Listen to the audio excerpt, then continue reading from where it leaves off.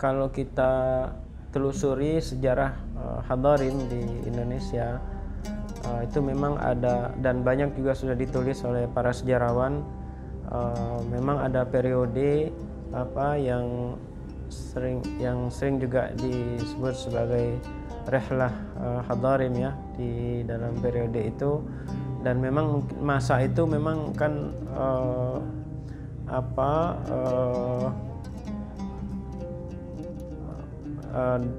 dunia internasional itu kan memang sangat ini ya, artinya tidak begitu terbatas dengan negara-negara dalam pengertian yang sekarang. Jadi satu Nusantara ini itu kan cukup jadi dianggap satu kawasan gitu ya. Nah, dan para Hadarim itu memang pada periode tertentu ada rihlah atau perjalanan dakwah gitu ya ke berbagai wilayah begitu. Nah, termasuk juga ke Indonesia gitu. Jadi perjalanan dakwah itu dilakukan, dan memang untuk mensupport dakwah itu sebagian juga ada yang menjalankan perdagangan ya. Jadi perdagangan itu adalah support untuk program pendidikan dan dakwahnya. Pada sebelum kemerdekaan itu Belanda mengklasifikasikan beberapa kelas-kelas gitu ya. Nah, masyarakat Arab yang ada di Indonesia itu termasuk kelas di atas, istilahnya waktu itu pribumi gitu ya. Ada masyarakat Arab, masyarakat Indonesia keturunan Arab, ada masyarakat Indonesia keturunan Tionghoa begitu. Nah, masyarakat Arab yang ada di Indonesia ini ya rata-rata sejak abad ke-20-an awal itu ya memang sudah lahir di Indonesia, dan itu sebagai warga negara Indonesia. Dalam kajian dalam kajian etnografi Arab gitu ya, mereka disebut sebagai muallad. Nah, peran-peran mereka juga sangat penting dalam memperjuangkan kemerdekaan Indonesia. Bahkan pada waktu itu sempat berdiri Partai Nasional Arab yang diantara pendirinya adalah kakek dari Gubernur Anies Baswedan. Nah, itulah diantara peran-peran masyarakat atau warga negara Indonesia keturunan Arab. Jamiat Khair sebagai lembaga gitu itu berdiri sejak 1901 kan. Itu tercatat berdiri 1901. Ini berarti termasuk yang paling awal di antara organisasi keislaman yang ada. Nah, ketika didirikan memang kalau kita lihat lembaga ini programnya lebih luas gitu. Jadi karena memang kebutuhan saat itu. Jadi kebutuhan saat itu para ulama salaf, para pendiri, para hadarim, tidak hanya dari kalangan Alawiyin, ada juga yang non Alawiyin ikut bergabung dalam merintis lembaga ini. itu memang melihat kebutuhan masyarakat Muslim saat itu, kaum muslimin saat itu bidang sosial, kemudian bidang pendidikan tentunya ya, dakwah dan kebutuhan yang sifatnya fardu kifayah ya, yang fardu kifayah yang memang harus ada yang menunaikan. Nah itu ketika didirikan memang tidak hanya eksklusif untuk Alawiyin saja, memang mayoritas pendiri adalah tokoh-tokoh Alawiyin, tapi ada juga diantaranya yang non Alawiyin, tapi memang dari kalangan Hadarim. Nah tapi tujuannya tentu tidak hanya terbatas untuk kaum Alawiyin ataupun kepada Hadarim saja, tapi untuk semua kaum muslimin begitu.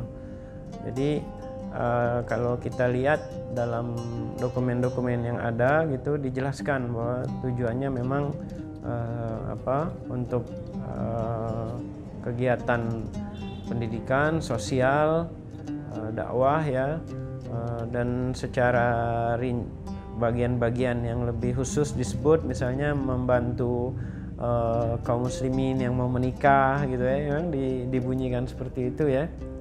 Termasuk juga membantu yang yang fardu kifayah seperti untuk mengurus kaum muslimin yang wafat dan sebagainya. Nah itu, dan kemudian juga disebutkan untuk menyantuni aitam, anak-anak yatim disebutkan. Nah itu memang untuk semua sebetulnya, jadi tidak ada batasan untuk Alawiyin saja. Sesudah itu timbullah Budi Utomo, kemudian muncullah berbagai organisasi Islam, misalnya anak-anaknya Jamiatul Khair seperti Al-Irsyad, kemudian muncul pula Muhammadiyah, muncul pula Nahdlatul Ulama, dan sebetulnya juga ada Syarikat Islam. Beberapa tokoh itu mengalami sentuhan-sentuhan atau mereka berrelasi yang sangat dekat dengan Jamiatul Khair dan tokoh-tokoh Jamiatul Khair yang kita bisa lihat sekeliling ini. Dan itu ketika tahun 1928 dan seterusnya, saya pribadi tidak banyak mendapatkan dokumen-dokumen yang ada. Jadi kita bisa pertanyakan dan orang bertanyakan pada saat itu, apa peran Jamiatul Khair untuk kemerdekaan? Saya juga tidak tahu. Yang pasti saya yakin itu ada perannya. Karena bagaimana tidak? Sebuah institusi pendidikan yang pertama yang mencetuskan madrasah yang sekarang dipakai oleh Kementerian Agama dan negeri ini, dan itu adalah pendidikan yang basisnya adalah rakyat, itu tidak memiliki peran dalam kemerdekaan, itu agak tidak masuk akal juga. Ya, ulama-ulama yang pernah ngajar, diantaranya para pendiri Habib Ali bin Abdurrahman Al-Habsyi, kemudian Habib Abdullah bin Alwi, kemudian Habib Ahmad bin Abdullah As-Segaf. Nah, itu pada zaman Jamiat Khair awal didirikan. Kemudian beberapa puluh tahun setelahnya ada kiai-kiai haji, kiai-kiai terkenal seperti Kiai Haji Sabilur Rosyad, pakar ilmu tafsir, pakar ilmu falak juga. Beliau termasuk yang mengajar di Jamiat Khair. Bahkan kalau antum tahu ada Habib Abdurrahman bin Ahmad As-Segaf, Walid Bukit Duri, beliau alumni dan juga ngajar. Kemudian ada Ustadz Hadi Jawas, tokoh ulama Betawi juga. Bahwa perpustakaan itu sudah ada kelihatannya sejak tahun 1910-an. Ya, tapi persisnya kapan wallahu a'lam. Artinya sebelum Habib Abdullah bin Alwi menyumbangkan bukunya ke situ. Nah, Habib Abdullah bin Alwi juga menyumbangkan buku ke Jamiat Khair berapa kali saya tidak tahu pasti, ya. Yang disebutkan oleh National Geographic, Habib Abdullah bin Alwi menyumbangkan buku 30.000. Itu saya kurang pas. Saya pribadi kurang pasti tentang itu. Tapi yang saya pernah baca dari buku Syamsuz Zahirah, kalau tidak salah ya, buku Syamsuz Zahirah yang diberikan tambahan keterangan oleh Ustadz Dia Syahab. Iya, sudah. Beliau menjelaskan bahwa ketika beliau wafat, ketika Abdullah bin Alwi Alatas wafat, buku-bukunya disumbangkan ke perpustakaan Jamiat Khair sebanyak 500 buku. Dan Jamiat Khair juga melanggan terbitan-terbitan luar negeri ya, majalah-majalah luar negeri yang berbahasa Arab. Jadi ini untuk membuka wawasan, sehingga kemudian banyak di antara tokoh-tokoh nasional yang juga menjadi anggota Jamiat Khair saat itu, seperti yang tadi Anda sebutkan, ada kayak Haji Ahmad Dahlan dan juga beberapa tokoh Nahdlatul Ulama ya. Nah, jadi di sini memang terlihat bahwa memang Jamiat Khair itu mempunyai concern, kepedulian kepada kecerdasan kehidupan bangsa gitu, sehingga dan itu untuk semua, tidak hanya untuk Alawiyin saja, tapi juga semua kaum muslimin. Ya, Jamiat Khair ini dikenal dulunya itu sebagai tempat peninggalan kitab-kitab yang berharga, kitab-kitab dulu para ulama. Artinya apa? Artinya kalau ada seorang bahith, ya dia mencari ingin menulis sebuah karya atau menulis tesis atau disertasi, dia dari luar Indonesia, pasti dia akan datang ke perpustakaan di Jamiat Khair itu sendiri. Kenapa? Karena Jamiat Khair ini ya sebagaimana tadi disampaikan punya kitab yang banyak sekali, luar biasa peninggalan-peninggalannya, sehingga mungkin tidak ada di tempat lain tapi ada di Jamiat Khair sendiri. Maka perlunya kami ingin mengembalikan sebagaimana dulu pernah kami miliki. Dokumentasi dari lektur-lektur yang ada di Indonesia, yang ada di Jamiatul Khair ini perlu disebarluaskan, karena seringkali masih cukup banyak masih dalam bahasa Arab. Dan saya sendiri tidak mampu berbahasa Arab. Ustadz Walbi mungkin bisa membacanya banyak sekali Pak, tapi kan belum diterjemahkan bahasa Indonesia. Bagaimana kita bisa tahu gitu? Ada berapa juga yang bahasa Indonesia? Itu kan sangat terbatas. Sehingga sangat terbatas sendiri orang-orang tahu tentang Jamiatul Khair sebagai sebuah, menurut saya, aset bangsa ini. Bicara khazanah perpustakaan dari Jamiat Khair atau perpustakaan Madrasah Jamiat Khair, memang tidak bisa terlepas dari sosok Habib Abdullah bin Alwi Al-Attas. Bisa dikatakan mayoritas kitab yang ada di Madrasah Jamiat Khair ini pada mulanya merupakan milik atau koleksi dari Habib Abdullah bin Alwi Al-Attas, seorang tokoh yang cukup populer di zamannya, kelahiran tahun 1840, wafat tahun 1929, yang kemudian setelah wafatnya pihak keluarga dari Habib Abdullah bin Alwi Al-Attas ini menghibahkan koleksi perpustakaan pribadi Habib Abdullah bin Alwi kepada Rabithah Alawiyah, yang kemudian dari Rabithah Alawiyah ini ditempatkan di perpustakaan Madrasah Jamiat Khair sebagai salah satu badan otonom dari Rabithah Alawiyah. Habib Abdullah bin Alwi Al-Attas meninggalkan tahun 1929. Ya, 1929, dan ketika itu Jamiat Khair sudah lama berdiri kan. Jamiat Khair sudah berdiri sejak 1901 ya, yang banyak diterima oleh sejarawan karena 1901. Saya sendiri pernah melihat di Arsip Nasional permohonan untuk pendirian Jamiat Khair tahun 1903 diajukannya. Nah, diterimanya 1905 ya, diakui resmi oleh pemerintah. 1903 tuh udah ada dokumen yang minta pengajuan. Itu dari sebelum itu sudah sudah berjalan ya.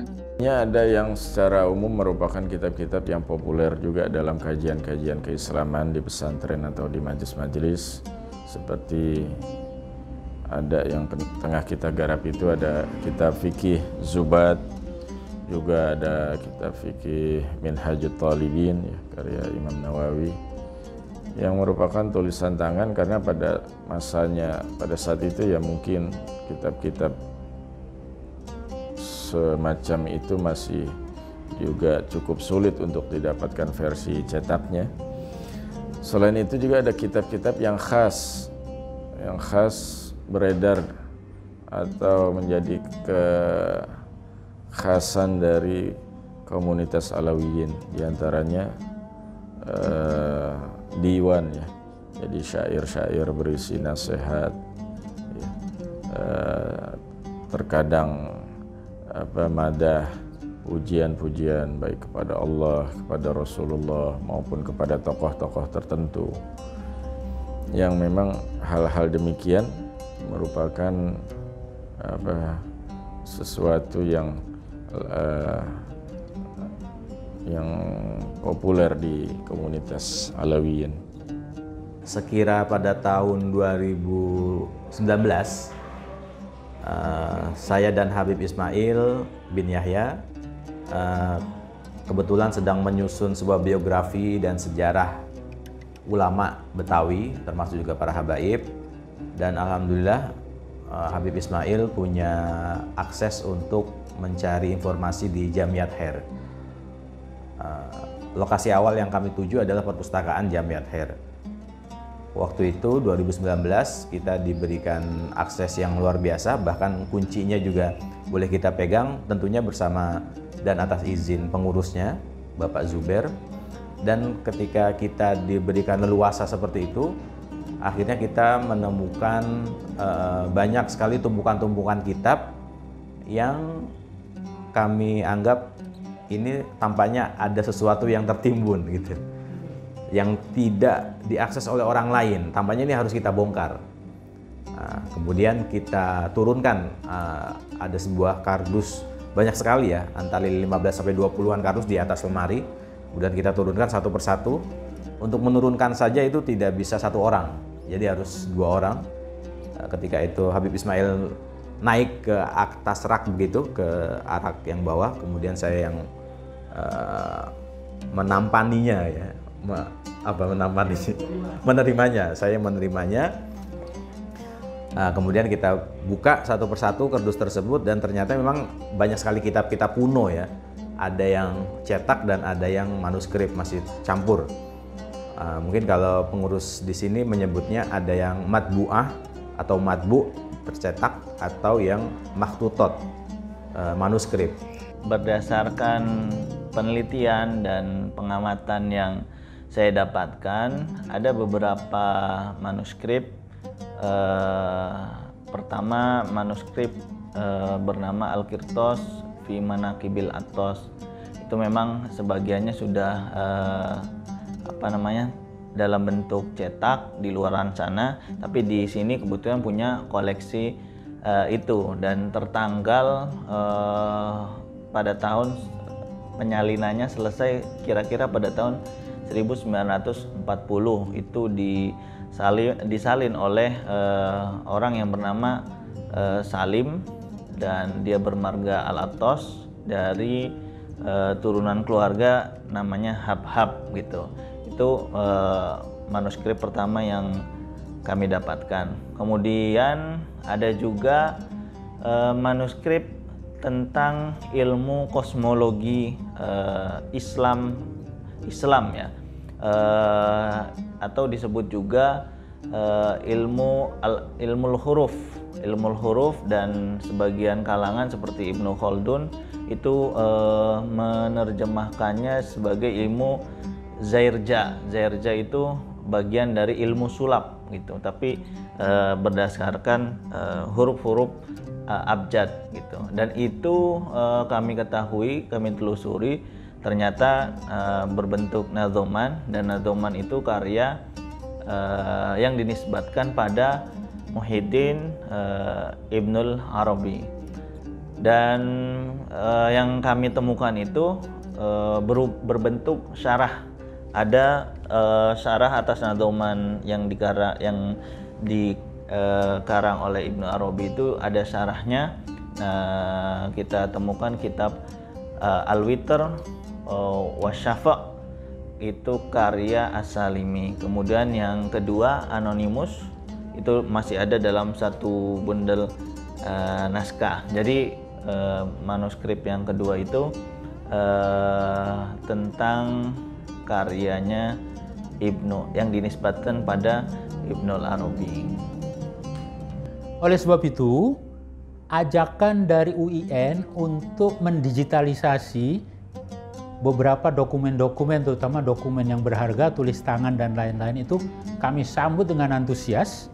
Mudah-mudahan itu menjadi awal untuk mengembalikan kejayaan Jamiatul Khair sebagai pencetus pergerakan Islam, pergerakan pendidikan Islam yang diawali oleh saudara-saudara kita keturunan Arab Yaman itu, dan itu didukung oleh beberapa founding fathers kita dan juga oleh bangsa ini. Mudah-mudahan orang-orang pun lebih memberikan dukungan lah terhadap hal seperti ini. Jadi banyak manuskrip, sumber-sumber yang penting yang bisa bermanfaat buat penelitian bisa lebih mudah diakses. Sangat mengapresiasi ya kegiatan yang insya Allah sangat bermanfaat ini. Kenapa demikian? Karena saya melihat urgensi akan yaitu kebutuhan kita kepada yang sekarang ini, ya kita kenal di zaman sekarang ini kan udah zaman digital, semua apa-apa tuh serba digital, sehingga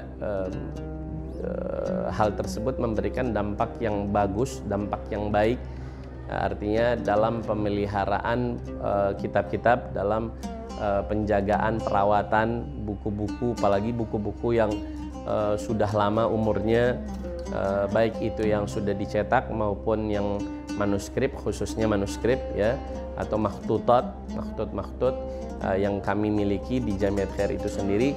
Maka kami sangat mengapresiasi, sangat berterima kasih kepada kawan-kawan yang sudah datang membantu kami di Jamiat Khair untuk menjaga dan merawat yaitu warisan daripada leluhur-leluhur kami di Jamiat Khair ini sendiri, warisan para pendiri, warisan para tokoh-tokohnya, para habaibnya, para ulama yang ada, yang memberikan kontribusi kepada Jamiat Khair dan juga secara umumnya kepada dakwah Islam di Indonesia, bil khusus lewat jalur yaitu pendidikan Jamiat Khair ini sendiri.